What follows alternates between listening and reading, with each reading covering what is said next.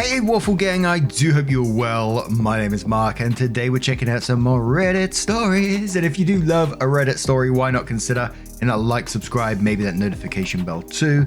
And let's crack on with today's first story. Much love, guys. Now today's first story comes from the Am I the Arsehole subreddit from NoCustard1940 and says, am I the arsehole for still withholding all of the presents I bought for the family because of their pranks? Okay. In the past couple of years, I started making good enough that I bought a house, and I still have plenty after the monthly bills. My family have all been pranksters and at times entitled my whole life. But Christmas Eve, they took the cake. I was in no contact with them for years, but they convinced me to reconnect after I moved closer. For gifts, I got them all good stuff, like tablets for the kids with built-in DVD players.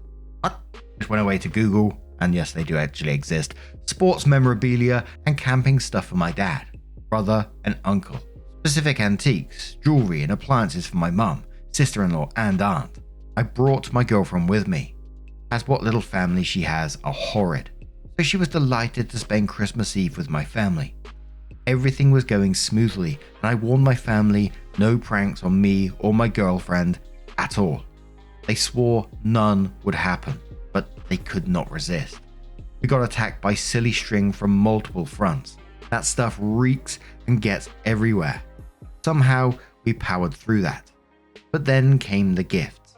I wasn't expecting much, but none of them even tried. I got dollar store cooking utensils, a pair of insanely ugly holiday socks that I confirmed were also dollar store, and a pink hat. And that was just from my parents. They all kept snickering and recording me as I unwrapped random junk. One being a used mirror to a car I no longer own, and the one gift there to my girlfriend was a bottle of fart spray. I told them I'd had enough, and they had agreed to no pranks. Long story short, they weren't just gag gifts. They were the only presents there for us. I had enough and just started gathering up all the presents I'd brought. They all freaked out and demanded I give them back. I told them all that they didn't change one bit and they could kiss all that stuff goodbye. We bagged everything and stormed out. The family kept calling and messaging me that I'm being greedy. I couldn't take a joke and they couldn't think of anything to get me. The kids are crying. I don't need to go on. Am I the arsehole? I've refused to return any of the presents. Now, I was thinking back to the very first paragraph on this one. OP said that there was no contact with them for years, and usually no contact says something pretty shitty has happened. Was it due to these pranks? Was it due to their behavior? Well, it was obviously due to their behavior at some point. And if someone's been no contact with you for a certain amount of time, you should have sat back, reflected on what you've done, and the last thing you do is be an absolute knobhead to them and pull these so-called pranks, which aren't pranks. It's just shitty behavior, trying to get a laugh at your expense when you don't find it funny. Part of me was just wishing that your girlfriend just took that fart spray and said, right, we're leaving, and just held the button down and walked out, spraying everything in her path. I mean, it's pretty childish, but it made me chuckle in my head. It just really winds me up that they just don't think about the consequences of their actions. They obviously didn't the first time around before OP went no contact. But this time, OP's coming round to our house. He's been no contact for a while. We should be on our best behavior here. We should be welcoming him and just thankful that he's back into our lives. Or we could prank him. You bloody Burks. Time for no contact again, OP. But Successful Bar says not the arsehole. It's not like you didn't warn them. Time to go no contact with them again. Anything you can't return to the shop it came from to get your money back, or that you can't use yourself, give to a charity and tell them that's what you did. Aru says not the arsehole. What's wrong with your family? A prank is only funny if appreciated by everyone involved, and you warned them that you didn't want to partake in anything like that. Furthermore, how is it funny to get a loved one an awful gift without a genuine present at the end? Your family aren't pulling pranks, they're just being assholes. You did the right thing by taking away their presents, and while there's not much hope for the adults involved, maybe the kids might learn a valuable lesson about fucking around and finding out. Not that they're to blame in all of this, but a point must be made. Someone asked OP for info. They said, why did you go no contact with them before? OP says because when growing up, I was the overly serious type that was used as a scapegoat for my brother, and I was just treated unkindly like I was unwanted half the time. I was the unplanned son while my brother was not. They also have the worst sense of humor. Try sharing a house with a cheesy parody of the Jackass crew. After many years of no contact, my parents acted like they'd seen the error of their past and apologized for it. But now I think they're all just waiting for me to let down my guard. They stalked my social media and came to my door with flowers after I moved back to the area 2 years ago. I wasn't mentally ready to go to their 2022 Christmas, but they convinced me for 2023. Sanguine Psychologist says, I just got gifted an open mascara from my future in-laws and I feel for you. Not the arsehole. It's beyond simple to get a nice box of chocolate or some wine, even rather cheap ones as a gift. They didn't even try. Princess Shira quotes, I couldn't take a joke, and then says, that's the mantra of the bully. Hand in hand with, you don't have a sense of humor. Shame on them, and good for you for standing up to them. Even if they didn't have enough money, and even if all they could afford was the dollar store, they could have done better. You can buy nice, albeit cheap stuff in dollar stores or less expensive regular stores and wrap it nicely. Put a box of chocolates at CVS or something.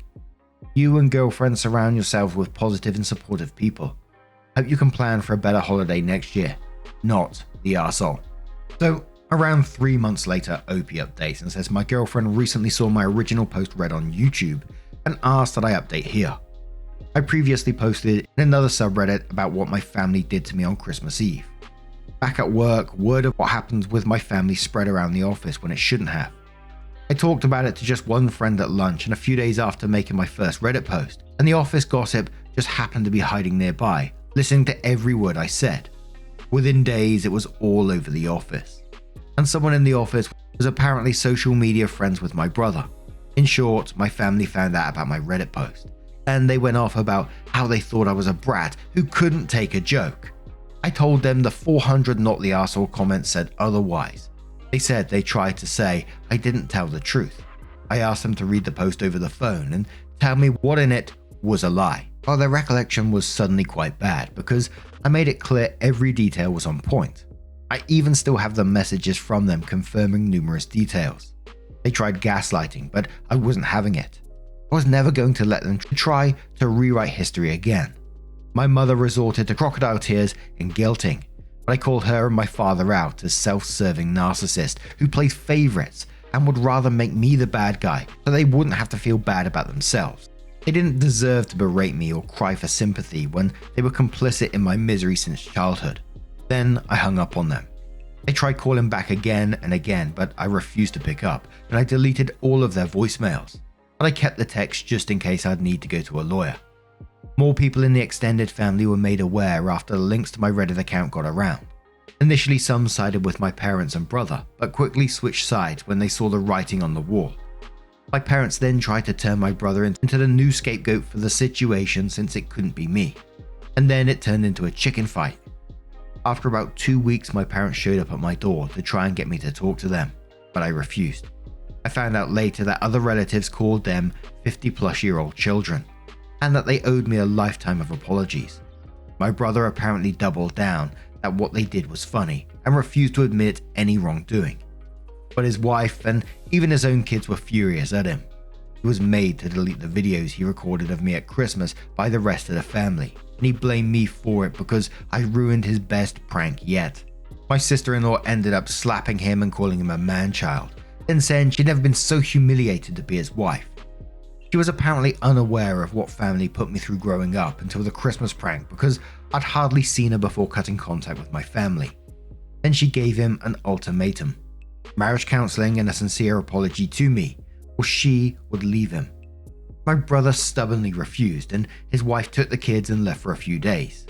He then came to my house while intoxicated and yelling that it was all my fault and I was a bitch baby who couldn't take a joke. Then he started demanding I talk to his wife and fix things. I had to call our parents to come get him before I had the police take him away. They showed up mortified and screaming at him to shut the hell up. After a few more days, my parents begged me to come over and speak to them. It took me a while to agree, and when I did, my brother was there, with them looking like a kicked puppy. His wife had actually gone to get a consultation from a divorce lawyer. My brother finally realized that this was for real, and unless he acknowledged he was a massive arsehole, his life would be ruined. His wife did come back for the sake of keeping the kids in school, but even after months, my brother is still in the doghouse. My brother and parents apologized and admitted they never expected me to show up with such nice gifts, and figured I wasn't likely to bring anything since I hadn't seen them in years. And they'd pranked me so much that it finally clicked with them why I'd previously got no contact. And even though I showed up with real gifts, they went ahead with their plan anyway since the prank gifts were already there under the tree, and they somehow thought I'd share in the humor. They thought wrong. I told them they would never be apologizing like this if they weren't being humiliated for their actions, which they actually agreed and started trashing themselves. Then I asked if the apologies they'd given me before were totally insincere and just a ploy to lure me back into the family.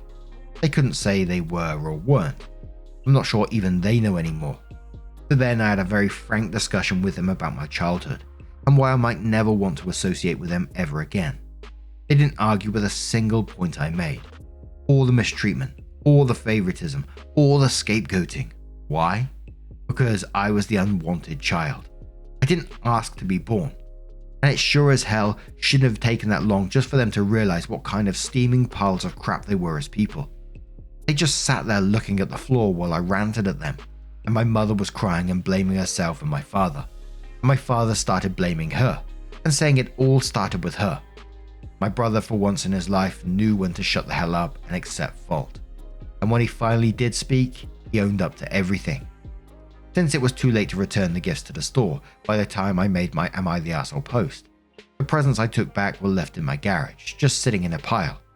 I ended up donating all of them to a local church for a charity rummage sale, so all of that stuff went to people other than my relatives. I was chastised by many for taking the gifts back from the kids too, but they were sharing in the delight of laughing at me that day, and now they have a lesson in consequences that it was good to have while still young. That said, my mother kind of negated that by going rogue and bought the exact same tablet DVD combo players for the kids that I did. My father was apparently furious with her at first because she put it all on their credit card. Each of those tablets was around $150, but the fight about it didn't last long. My brother and sister-in-law have been going to marriage counseling, and it's forced my brother to open his eyes. Our parents raised him to be the way he is, but he also kept it up well into adulthood. I've kept moderate contact with my family for the sake of getting to know my nibblings, and they're actually good kids. They don't blame me for taking the gifts back anymore because they understood how angry I was at Christmas. I had my birthday in March at a local pizza parlor, and my family were invited. It was literally their last chance, and shockingly, they did not blow it. They couldn't figure out what to get me, so they gifted me a large card with $100 cash in it, and a "will do better" apology written in the card. They also gave my girlfriend a set of sterling silver earrings, big apology as makeup for Christmas, since she refused to see them in person till then. It hasn't really been long enough since then for me to have any other kind of details, other than things seem to be pleasantly normal now. No more pranks to me. They've even stopped doing them to each other. The whole situation just ruined what made it funny for them to begin with. Also, for all those who prior commented or DM'd me saying the tablet DVD player combos don't exist, look them up for crying out loud. They do exist, and kids who have them love them. The ones my mother got my nibblings have barely left their hands since getting them. Lastly, I did report the office gossip that caused me to get ratted out to my brother to HR, and that was just one thing in a line of complaints against them. So they were finally written up. That's been avoiding me as much as possible at work since then. And a couple of the top comments from that one. So Fiona says, "I'm glad your family finally woke up and saw what dicks they are being. I hope they are sincere in wanting to fix themselves and the relationship. But no matter how hard they might seem to be trying, if they fuck up again, they don't deserve another chance." Daylily says, "I never saw your first post, Custard, until I came across this one. Perfectly horrible people your parents and brother must be. No wonder you had no contact with them for so long. Here's hoping you and your girlfriend have all the peace and happiness together you can hold." And I was kind of backwards and forwards on this one. I wouldn't have blamed OP if they continued the no contact at all. But at the same time, I'm sort of like, I don't blame them for trying as long as they keep these boundaries and anything happens again that they just cut that contact again, because who needs that sort of shit in their life, right? Life's hard enough without having to deal with this kind of bollocks. But now I'm going to turn this one to you guys. What do you guys make of this situation? Let me know your thoughts down in the comments below. Now let's move on to another story. Now, our next story comes from the relationship advice subreddit from a throwaway account that says, my wife shared a tent with a college fling on a recent camping trip back home. My wife and I have been married for a couple of years now. I knew that back in college she had one experience with another girl. I call this girl Katie. This came up after a breakup. The two of them had gotten high while watching Netflix, and one thing led to another. She told me that she really enjoyed the experience, but it never happened again with her or any other ladies. I do have reason to suspect from our personal sex life that she is still sexually attracted to women. Recently, my wife visited our hometown to see friends and family.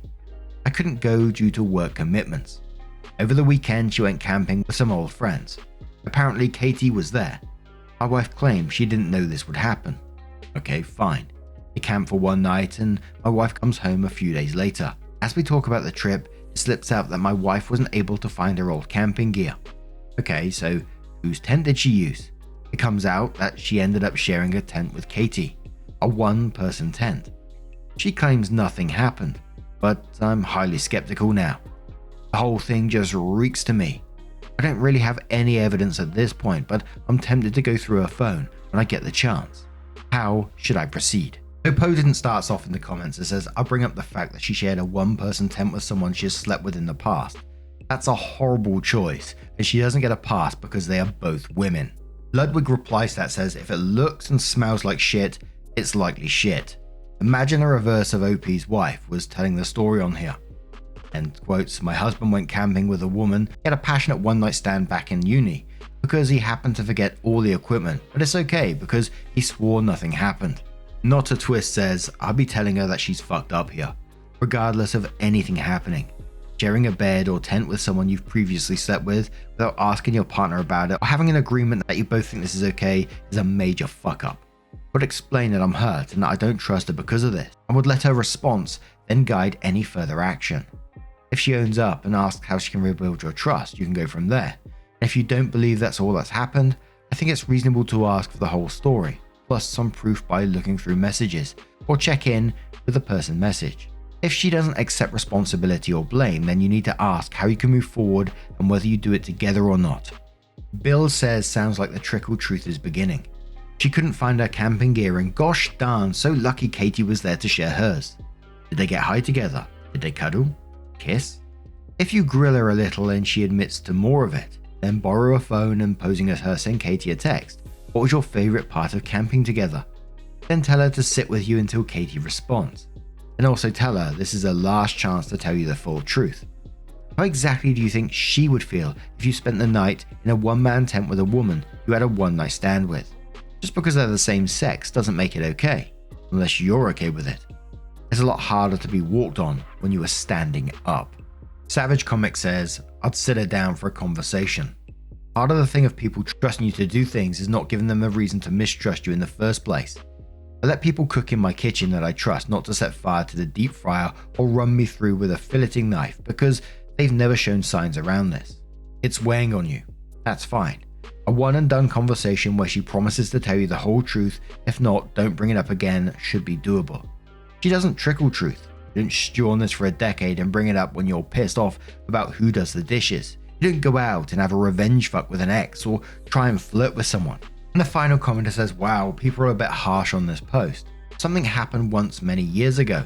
Never been repeated with Katie or any other females, and you're jumping off the deep end questioning the entire marriage. Maybe it wasn't the best thing for her to do, but I'd suspect that she'd never share a tent with a girl if it'd be such a big deal. Hindsight is a wonderful thing, and I hope the next time you do something slightly ill-judged, I'll be given the benefit of the doubt. OP, you know your wife best. Do you really think something untoward happened?